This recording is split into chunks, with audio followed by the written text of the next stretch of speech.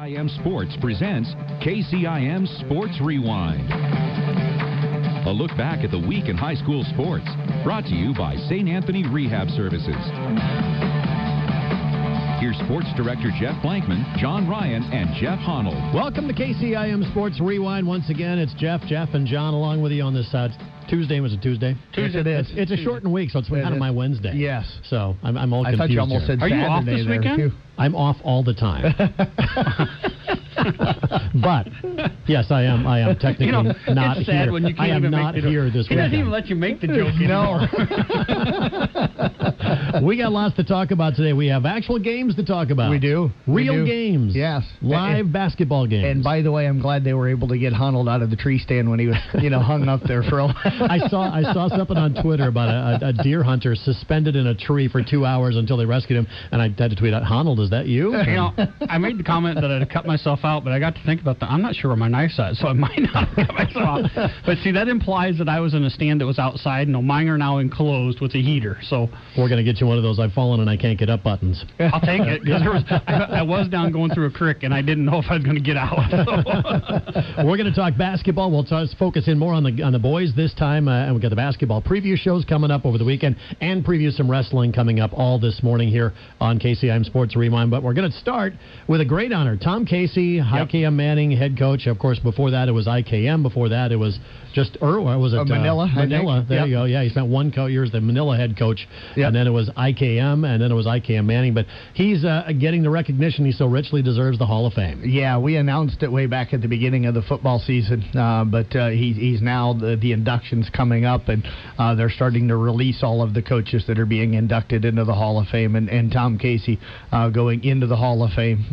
So well-deserved honor for him. Great guy, terrific coach. I always kind of have fun talking with him. I got to tease him a little bit here, though, because every time I call him, either for a pregame interview or when the postgame stuff, when he calls in for the scoreboard show, he'll always say, "I'm okay with doing a short, quick interview, Jeff. We can make this fast." But once you get Tom talking, he very rarely does short interviews, which is great. Well, the great part was when you were doing the scoreboard show, all you had to do was say, "Hey, Coach," and he went in and gave you the whole first half, and then you had to try to find some questions in there, but then okay, and then second half you didn't have to ask a lot. Yeah, he gave you the whole game breakdown. I think one time on a preview interview for the year, I asked him about his linebacker core, and I think he listed all 53 kids on the roster. So, yeah. I'm like, I don't have time for another question. Well, nice talking to you, Coach. Thanks. The best one though is when they had the Griminator, and we brought that up to him on air. Grim Reaper. They had that on Twitter, and we brought it up, and he didn't know anything about it because it was on Twitter. The chuckle we got out of him, I don't know if I've ever heard him laugh so hard. Yeah, so he is great guy, super nice guy, and you know what? Who has seen more come and go in high school football than Tom Casey, and he's still successful at the best levels. And I agree. Somebody I retweeted or re-Facebooked out shared something on Facebook yesterday about is that even a thing? No, I was going to say retweeted. I believe it's called sharing. I shared something out on Facebook yesterday, and one of the comments on there hit it just right. This is long overdue. Yes. Should have been in the Hall of Fame years ago, but now finally getting there. Yeah, he and Floyd were head coaches for a while. It should have been simultaneous. Absolutely. It's overdue, but finally it's coming. You bet. For Tom Casey. And speaking of Hall of Fame, forgot Dave Waggy, the former East Sac County head coach, also inducted into the Hall of Fame over the weekend as well. He was honored at the All-Star Classic that was held here in Carroll over the weekend. So congratulations to Dave. I've known Dave for the 15 years I've been here. Great volleyball coach, outstanding guy. Got a chance to talk to him a couple of times this year. He was still home listening to the games. Came to their tournament game up at Ridgeview. Jeff, you coached against him. So I coached against him. We actually no, he got schooled. Yes. There's a couple times. Absolutely, there's a couple times. But one of those guys that loved volleyball or loves volleyball. I mean, he would sit down. I think Max Fishbach and I sat down with him a couple times over dinner, and he wanted to learn more about hitting, and we wanted to learn more about passing, and we spent hours. He and I would sit together at tournaments and talk about volleyball, and just our kids were playing, and we would just sit there and watch and discuss volleyball and tactics and defense and what have you. And he's forgotten more than I ever learned, but one of those guys that's willing to help anybody. If you asked him, he was going to try to help you get better at the game of volleyball. And I had him this year. We took a picture of him. He was sitting in a chair with his arms down. and he had his cane. I said, looks like the king on his throne right there. The king sitting right there at the end of the court. But one of the greatest guys I've been around in volleyball. He's just very knowledgeable and willing to help anybody. You know, he and Tom Casey, both of them, they didn't just coach. They built programs. Yes. And they built kids, the relationship with those kids, and got the most out of every kid that they have coached. And you can tell the love that those kids have for him. A lot of the former players still come back. They're involved in different things that help that program out. They hosted the Gray Out Nights. Absolutely, the Gray Out Nights all those years, and still doing that. So there's a lot of care, both sides of that thing. I think Dave to the kids and the kids towards Dave. Now we got to talk about a couple players that also signed this week. Amy Adams from the state champion Kemper Knights signs with my Oats, man, going to USD. They got a great facility, great program, Summit League champions right now. So she's going to a program that is already strong and going to make it even stronger. Absolutely. And I think when I talked to her last week, the facilities was one of the things along with the classes that really sold her. She fell in love with the campus, fell in love with the facilities and with that program when she went up there. And she actually technically kind of verbaled, over a year ago, 2 years ago, but finally made it official last week on signing day that she's going to become a Yote. But really excited for her.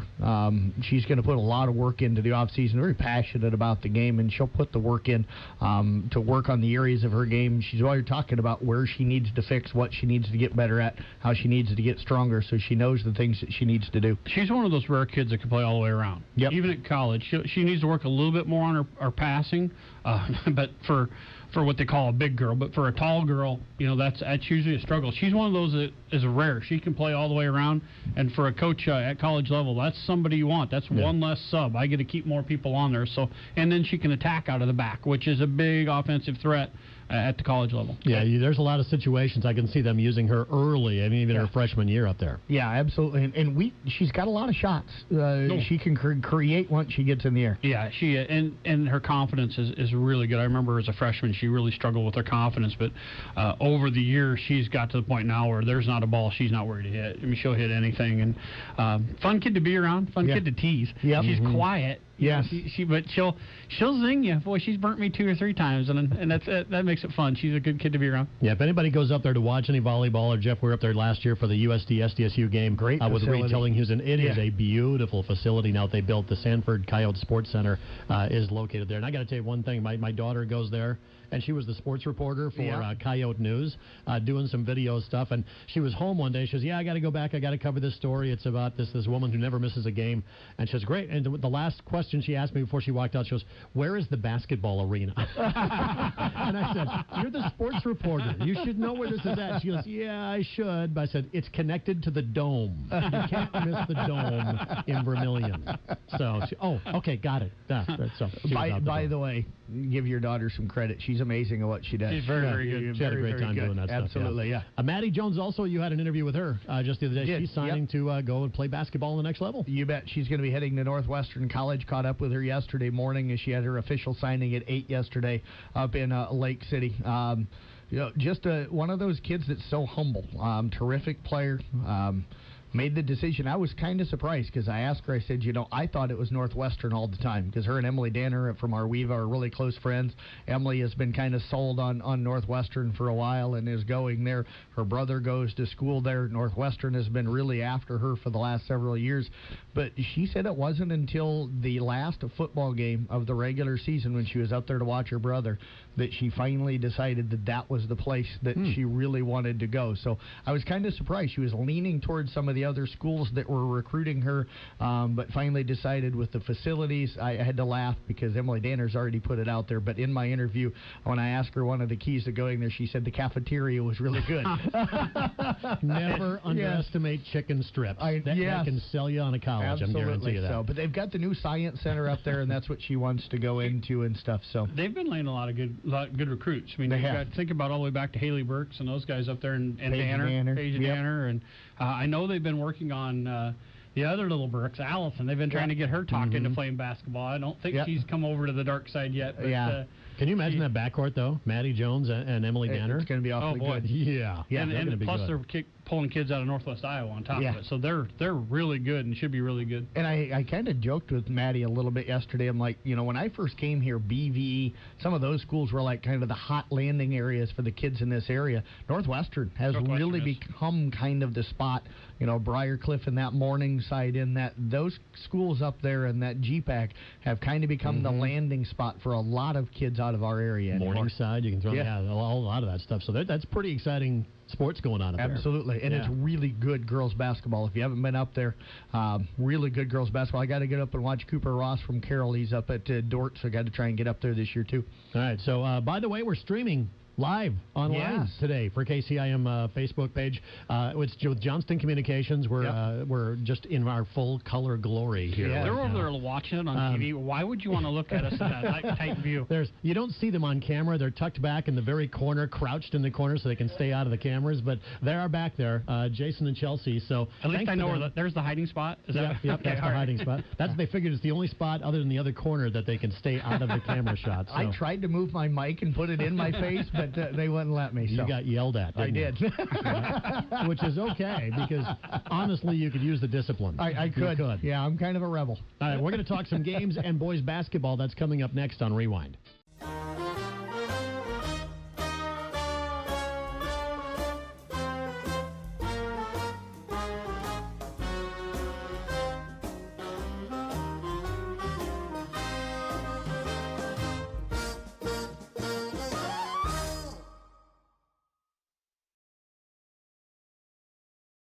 Treatment programs to best suit your therapeutic needs. To be your best, you must expect the best. St. Anthony Rehab Services, 794-5000. It is KCIM Sports Rewind, brought to you exclusively by St. Anthony Rehabilitation Services. And let's talk some basketball. Actually have games going on right now. After a couple of weeks, we had volleyball last week, I guess, but basketball season is fully underway now. Yeah, so. Blankman had enough time at home. He goes through withdrawals if he spends 2 nights in a row at home. I know he was texting me. I can tell when he doesn't have games at night, because then all of a sudden my phone starts blowing up in the evening. So I had to text him. I texted Blankman over the weekend, and I said something about the Nebraska Cornhuskers beating Michigan State. And all of a sudden I realized, oh man, he tapes a lot of these games. Did I just ruin it for him? He's like, no, I'm fine. I actually was sitting home watching it, which floored me that you were actually home. This was the first Saturday I've sat at home and watched college football since the season started. So I bet. Yeah. So let's talk about, first of all, Esac County. They start off with a nice win against the Storm Lake Tornadoes, whose this program's improved over the years. Yeah, absolutely. Storm Lake won 7 games last year. Esac came in off a 10-12 season last year, brought back all 5 starters, struggled a little bit offensively, and I think that's going to be a thing for everybody early in the season. You just don't shoot as well early in the year, but defensively went out and played well. Got a nice night from Taylor Huska. She had 26. Maddie Quirk had a nice all-around game. They really kind of came on in the second half and played better. Picked up a 46-44 win. So a nice win for them to get that first game under their belt. They get a little time now, as I talked with Coach Fisher after the game, to kind of work on some of the things that maybe they needed to do a little better. Part of it was fundamentally he didn't feel like they put enough time in fundamentally before the season starts on just the pure fundamentals of the game. And number 2, defensively, you could tell, especially in the first half, they would get into a defensive set and not be for sure where they needed to be, who was supposed to be rotating where. So he just didn't feel like they spent enough time on the defensive aspect of the game. So that'll be something that they'll fix probably in the next week or so. Yeah, I think you ask any coach, first game out, they never have enough time to do anything with that. Yeah. So, but how many girls on the roster this year? 8. 8? Wow. Yeah. It's a crowded bench this year. Potentially for 9. Wow. So they've got a young lady that's injured that has told them once she gets healthy that she'll be out. So hopefully that will be here soon. But right now, 3 players on the bench. So deeper. Last year, first game was 6. So 2 players deeper this year than what they've been. Yeah, they got some good young talent. They do. Esac County, they do. Got some nice freshmen that are going to be added to the mix this year with Carly Fisher and Meredith Brown, and a lot of sophomores that started last year as freshmen. Talk about a team that's looking to make that next jump up. The Carroll Tigers, they start with a win on the road at Atlantic. Yeah, nice win, especially in the second half. I was impressed all game long with their defense. They're really aggressive defensively. They come out and they get inside your shorts. They really man up on you. Probably the one thing that hurt them in the first half last night, too much hands on that defense and not enough moving feet. Got into some foul trouble. Put Atlantic at the free throw line a lot in the first half. I think they were 11 of 15 in the first half, if I remember right. That kept them kind of in the game. But that's a fixable problem. It is. Yep. It is. And they fixed it in the second half. Came out and played with their feet in the second half.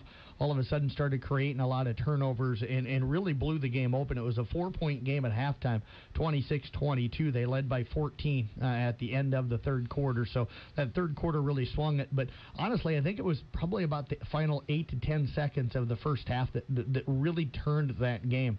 We were tied at 22-22. Ella Collison did a skip pass over to Liz Promise, and Liz knocked down about a 14-foot jump shot. Atlantic then inbounds the ball. Ella steals it out near half court, turns, fires one down to the block to Liz, who lays it up and in. So you get on a little 4-0 run. You go into the halftime with a lot of energy, a lot of emotion, a lot of excitement. They up by 4. They came out in the second half and used that energy and that excitement to their advantage and blew the game open in the second half. You know, you and I talked earlier that this is a very athletic team. Yes. I mean, they have athletes up and down, and on top of it, they're deep. Yep. I mean, they have a lot of good athletes sitting on the 10. bench. They'll play 10, maybe. So, they'll play 9, maybe 10. So, you know, this is a team that athletically should be able to compete with anybody. Yep. Now can they play basketball? And I think you're seeing some of that with the skip passes and what have you. The stuff that they would just try to dribble drive before, now they're looking to make that pass and make that easy shot. Did that very well last night. And again, they're going to have to play a complete game. Last year we saw flashes of them playing very well. They just couldn't put 4 quarters together. Yeah, and the one big question, too, is still going to be they just don't have a lot of size. You know, Ashley Onken's, 5'10", maybe, down in the post. She's got great footwork down there. She had 10 in the game last night. She's got a lot of moves. Problem is, though, when you get into that Raccoon River Conference, you're going to run into 6'1", 6'2" post kids, teams that just have more size. I think their quickness and their athleticism can give those teams some trouble this year. I'm not saying they can't win those games, but that'll be the one issue that they're going to have to deal with, and they've dealt with it now for years, so they're kind of used to it. Where they really used to get in trouble is with those quick point guards in the Raccoon Conference. Yeah. You get 1 or 2 of those are just phenomenal. I like the athletic ability of this group. I think they can pass through some of those presses and stuff that they were stuck in the past few years. Do they have a height restriction at Carroll High? I think they must, because the boys aren't overly tall either. They're tallest. You know, they got Chase Gladden like 6'3" down in the box. Yeah, absolutely. Yeah, they haven't had a girl at Carroll High in quite a while that have played. You know, they've got some. They're just not out. Ask any coach, they'll never have enough height on a basketball team. So Audubon also opening up their season last night. Did. Tough loss for them last night. Came out and played well early on. Led down at Guthrie Center against ACGC 9-6 at the end of the first. Down by just 1 at halftime. Down 3-30-27 heading into the fourth quarter, but only 4 points scored in that fourth quarter. The difference last night as they fall by 9, 40-31. This is a team, too. They've got a nice kind of mix of some veteran kids with, Keaton Wessel and Leah Subert and Gracie Albertson and Riley Hartle. But they've got a talented freshman class, and leading the way in scoring last night for them was Aaliyah Hermanson, a freshman. She had 8. So I think that as this season goes on, you're going to see this team really improve, especially as those freshmen kind of get comfortable to the varsity level. There's a different speed. It's different enough going from 8th grade and junior high to JV, but then you go from 8th grade to varsity, and stuff. That's a jump. And that once they get used to it, I think they're going to be much better this year. I believe South Central playing tonight. Is that right? Yep, South Central entertains that same Storm Lake team. It'll be a girls-only game tonight up in Rockwell City, and I'm not going to be broadcasting, but I'll head up there. I'll do some tweeting tonight, so you can follow me on Twitter. We'll get some updates and have everything on the web later tonight. And then next week, the boys-girls doubleheaders get going. Boy-girls doubleheaders begin on Monday night. Yeah, we'll have 2 games on Monday night, and then we've got the Carroll Kemper game coming up for everybody on Tuesday. I think Carroll and our Weeva boys are having a scrimmage tonight. Pride Carroll. scrimmage. So yep, Pride that's scrimmage. boys and girls. Boys and girls. So was it toys? Bring a toy and I think so. I think there's something else, maybe canned food or something as well. But to get in, which is kind of neat. I mean, you think about those kids go to school together all day long, and so it's going to be a lot like brothers fighting out there. It could be pretty entertaining. There could be some grabbing and just some fun things going on. But yep. Now, Thanksgiving night, we're going to bring you the basketball preview shows. Jeff, you've been interviewing all the coaches from all the girls' teams, all the boys' teams. We're going to have the boys' program at 6:30 on Thursday night here on KCIM, streamed online at carrollbroadcasting.com. Let's talk about the boys. We kind of focused on the girls last week.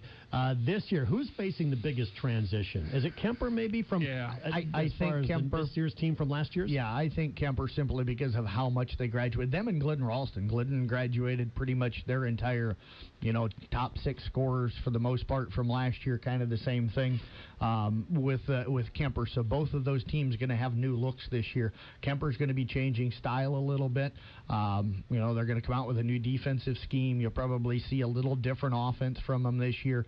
They've had some injury issues that are going to hurt them a little bit. They're 2 big guys, Thomas Evans at 6'5" and Blaze Gunnarsson both out for the year. And Thomas with concussion issues, so we wish him the best. That's a really sad way to see an athletic career come to an end. So you feel for that kid, terrific young guy. And then Blaze Gunnarsson had that surgery before the football season and is out for the basketball year. So that's going to hurt them. They're going to be very guard-orientated this year, but I don't think they're going to probably look to shoot as many threes as what they've done in the past. They're going to rely more on defense. Well, and it sounds like there's a few other guys that are kind of nicked up yet from that football season, and maybe a couple of them maybe stepping away to see. So they're really down on volume of bodies, and that's going to be a struggle. I think they're going to be all right. Yep. It's just going to take them. I think they're going to be slow at the beginning of the year here, trying to figure out exactly how they're going to have to run that offense and defense. But towards the end of the year, I think they'll get it and they'll be fine. Well, and Sean Minahan, their head coach, said something in the interview, and you'll hear it when it airs. He's like, this program, we pride ourselves on conference championships now and trips to the state tournament. He says, we may be what a lot of people think is rebuilding this year. He says, but our goals are still the same. They want to contend in the Hawkeye 10. They want to get state. He's not saying they're going to do that, but I think he feels like by the end of the year they may have a chance to push for that. All right, I'm going to push you guys along now because we're running out of time here to get to everybody else.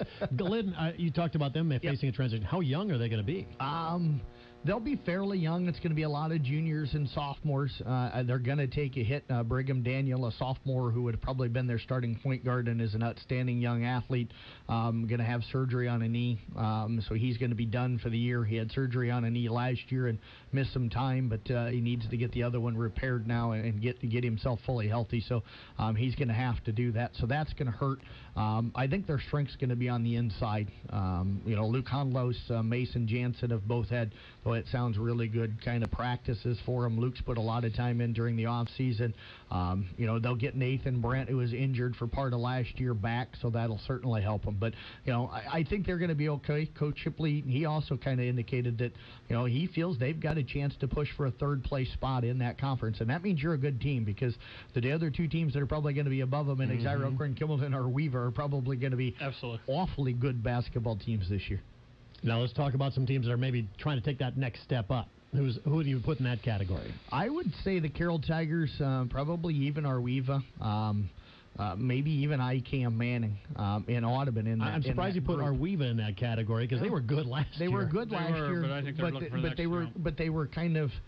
I don't even know how to explain it. They weren't rebuilding, or they were kind of reloading, I guess, last year because they had graduated that great senior group the year before, ended up with 4 losses. If you look at kind of how their seasons had went the previous 3 or 4 years, 4 losses was like a down year in a way for them. I was going to say, you put them in a category to take that next step. They had 4 losses. I know. There's not much room for you to go. But I think for them, the next step, they want to get to state, and I think that's what this group is pushing for.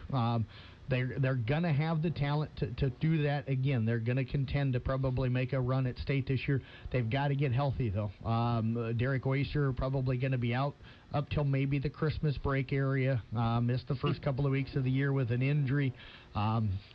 That's according to the doctors, not Oyster.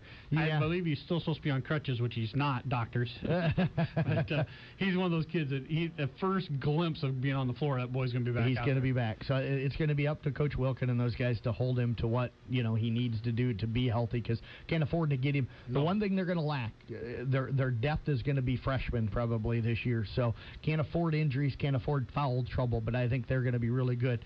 I love this Carroll team. I really think that they're going to be very good this year.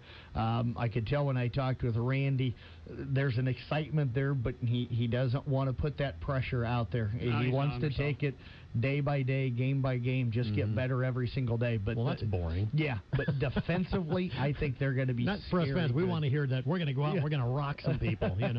He might, and they might. Yeah. The thing about Coach Beeson is he started this thing back over from the ground up. Yep. He's still teaching those younger kids, but the kids coming into the program now are running his system, so they understand exactly what they want. So you can take those younger kids and plug them in, and it'll work. And boy, they have some athletes. Wow. Yep. If they're buying into the passing scheme like he believes, and pass the ball around, take that extra pass, they're going to be scary. And defensively with that length, they don't have a lot of tall guys. That length, they're going to get a lot of hands-on passes. They're going to tip a lot of balls. They're going to create. They're going to create offense with that defense. Ike Manning, I mentioned. I was going to say, they got Wagner's got always has a good, solid athletic group. Yeah, they've got to replace Jared Johnston, their top scorer, and Austin Arenholtz, who was a great defender for him last year. But they've got kids to be able to do that.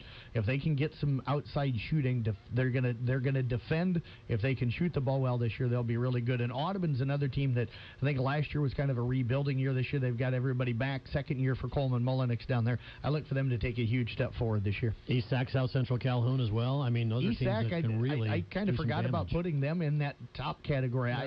They're a team that they're really good. They've got a chance to be really good this year. Got 3 starters back, 6 guys back that saw a lot of varsity experience last year. I think they've got potential to be really, really good. And then never count out Corey Meyer down there, Coon Rapids Spirit. I mean, he can coach his way into it. Yeah. He'll have them game plan. They've got Ben Obert, who's going to be one of the best players in Class 1A. They'll be good. Gabe Obert, a freshman's got to help them. They've had some injuries.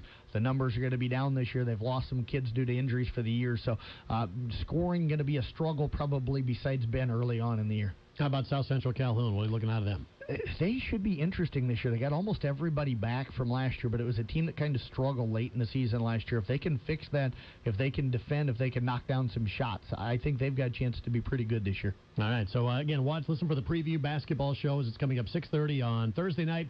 Girls to follow that at 8 o'clock, and we'll replay the boys 8 a.m. Saturday morning, the girls at 12:30 on Sunday of this weekend. So if I remember all that correctly. We're going to preview a little bit of wrestling coming up next on KCIM Sports Rewind.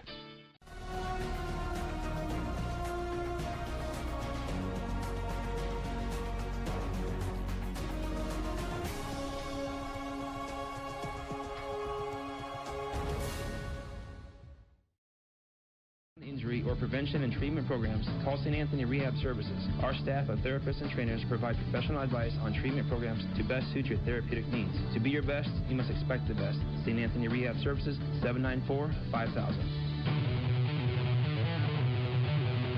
You're listening to 1380 KCIM at Sports Rewind. Sports Director Jeff Blankman, Jeff Honnold, John Ryan along with you. Let's preview some of the wrestling action coming up this year. Jeff, you had a chance to kind of sit down, look over the rosters, and check out some of the returning wrestlers that are poised to have a good year. Yeah, I tell you what, I think we're going to have a nice year. Had 5-6 kids, I think, if I remember right, getting down to the state tournament last year. I think we could come close to doubling that this year. Which would be a high water mark, considering the last few years that the trend has been down. It's kind of hopefully heading back the other way. I think you're seeing the benefits of these little kids programs that the coaches have gone back down.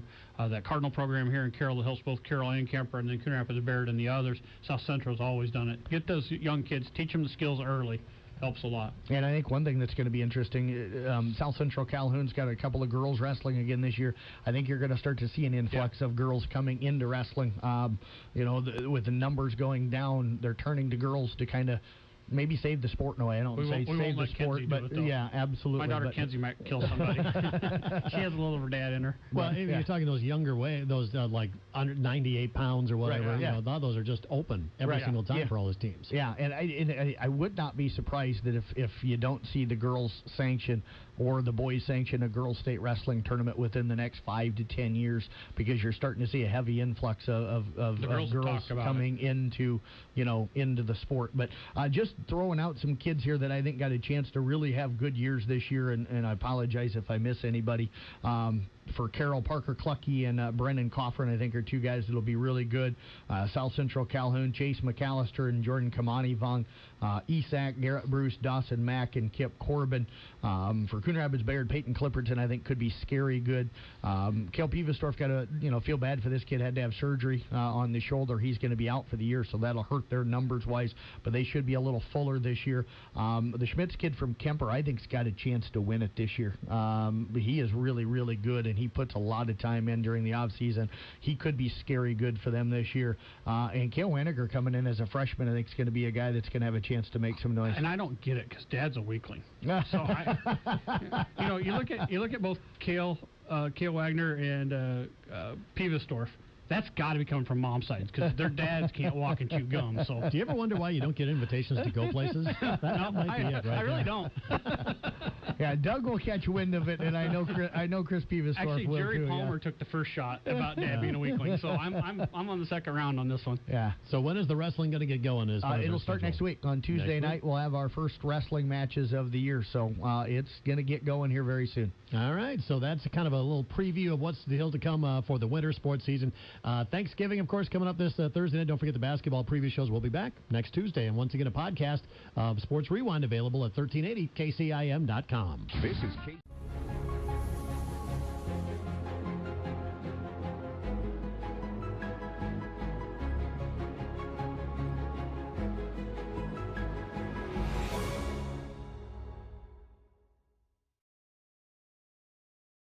By 500 points earlier this morning. Dow Jones Industrial Average coming back now. Here's CBS News business reporter Jill Schlesinger.